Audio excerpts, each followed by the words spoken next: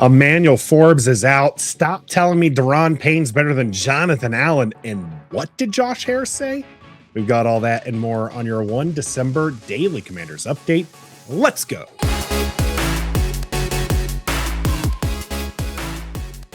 Greetings and salutations, and welcome to your 1 December Daily Commanders update. I'm Nathan Perry here, and we've got lots to talk about. And oh my goodness, wait, it's December already.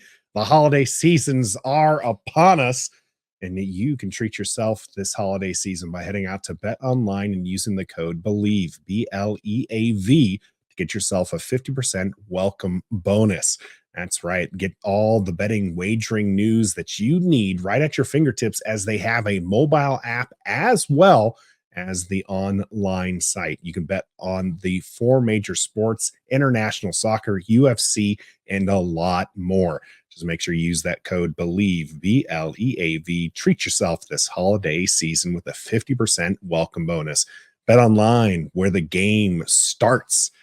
And when the game starts, unfortunately, Washington going to be without their top pick this year, as they have left Emmanuel Forbes on the out status for week 13, still dealing with that elbow injury.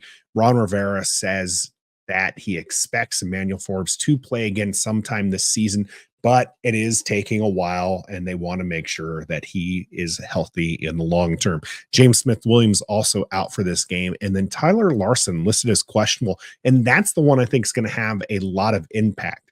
Emmanuel Forbes, you want to see him on the field because he is your first round pick this year. You do not want to see him lose valuable playing time. Now, I know a lot of fans wouldn't want to see him line up against Tyreek Hill, but it's still important for him to get that playing time. Now, Tyler Larson, on the other hand, he's a more experienced player, and he's a C player at best, really, but he is still better than Nick Gates, and he's been able to hold up that offensive line at least a little bit with Sam Howell not taking as many sacks, while Tyler Larson has been the center. So we hope that Tyler Larson can play through the full game. He does have a knee injury, which is why he's listed as questionable. So that'll be something to watch as the Sunday game goes against the Dolphins, and see whether or not they pressure him or try to get Tyler Larson in a situation that is uncomfortable for him. And it's pretty much all healthy and all team go on Miami side. And that includes Devon Allen, who Mike McDaniel told reporters today that he will return to play this week against the Commanders. Ian Rappaport with the tweet here.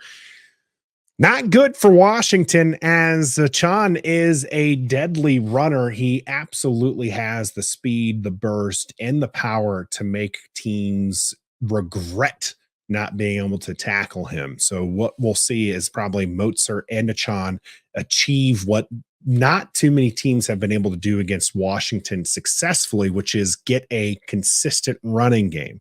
Now, Chan and Mozart have big play ability, maybe not nearly as much as Tyreek Hill, but let's not get carried away. These guys have a lot of speed.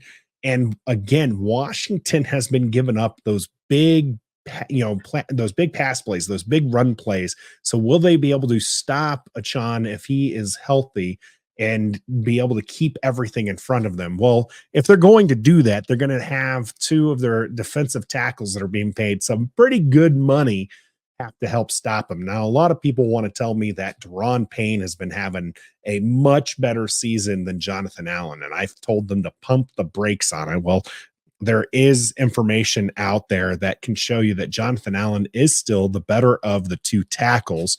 And if you want to look at it, you can take a look at this graphic here created by @light_2610 on Twitter that takes the top 50 defensive tackles and puts them on a graph for us with their pass rush grade versus pressures per pass rush snap. All right. And if you have a hard time seeing this, if you're watching this on YouTube, let me tell you, Daron Payne's that bottom left dot, the one that's all the way down there where you don't want to see a player.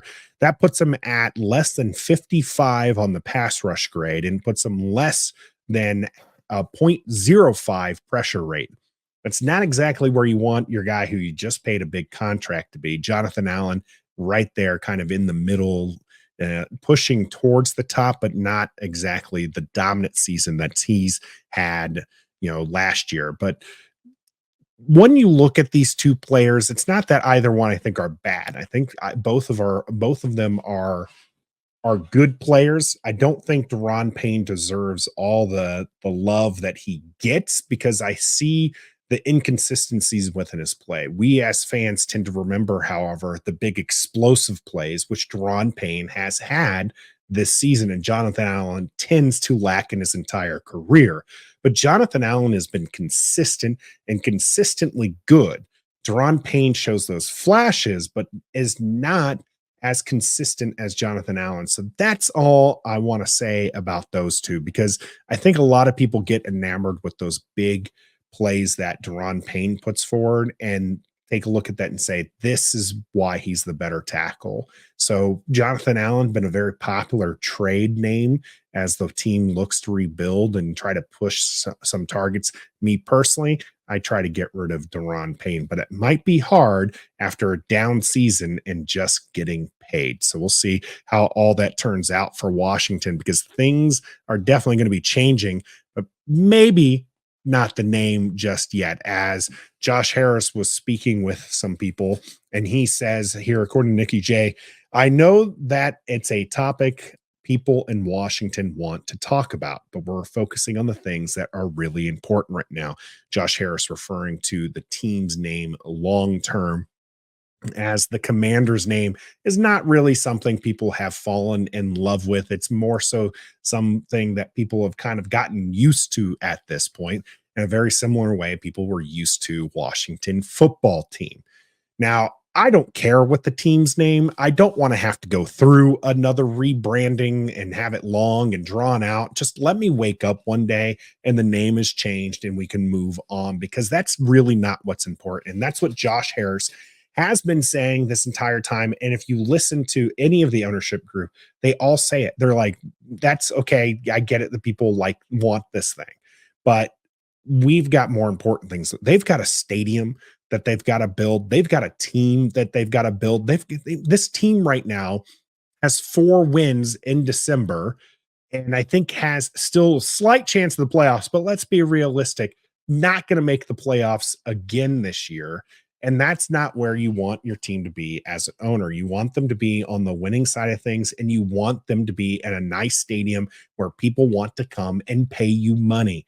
And that's just not where the team is. So the name thing, I think that's going to probably be a long while before we're going to see something like that. Maybe it coincides with the stadium being built and when the team goes there, but don't expect the Redskin name to come back, and don't expect a change from Commanders anytime soon, because that's just not where the priority is. So if you wanted that to happen, sorry, Charlie, not going to be the case. Well, Josh Harris continued talking, and he said something I think fans should be excited about if they're not excited about the name staying Commanders for a while. And that was, it's a long journey. There's no shortcuts to the top. There's shortcuts to the middle. You want to be 8-8? I can get you there quickly. 8-8-1. You want to be great? There are no shortcuts.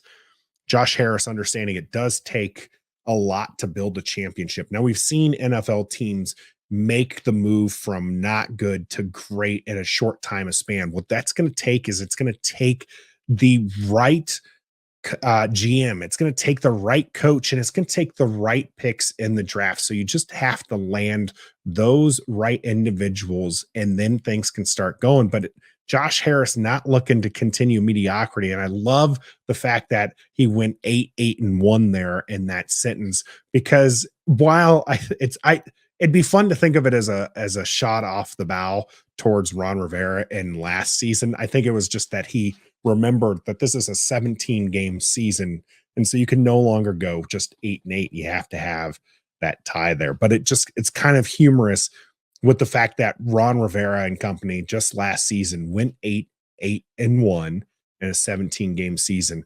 Ron Rivera is not going to be the answer here. We can see that here with this statement from Josh Harris. He doesn't want mediocrity, and he understands it's going to take a little bit of process.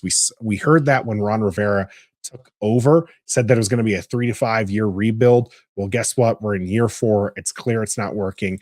Jettison this, start a rebuild again. You're going to have likely a top 10 pick. You could have your QB of the future. Lots of good coming here to Washington. Just have to land that right GM and that right coach and put us in the right position to win moving forward. Not a lot of you think that we are going to win Sunday. In fact, only 36% of the people on our poll took Washington. And one of the few times this season our opposing team had such a significant advantage against our team. And of course, you can watch us on Sunday right here on Ref the District, as I'll be providing play-by-play and commentary. You can catch our game preview tomorrow with Perfectville, I believe, podcast for the Miami Dolphins, as they tell us what they think of our team and how the game against Washington is going to go. This has been your daily Commanders update here on Ref the District. We're presented by Bet Online. I'm Nathan Perry, and until next time, be a fan.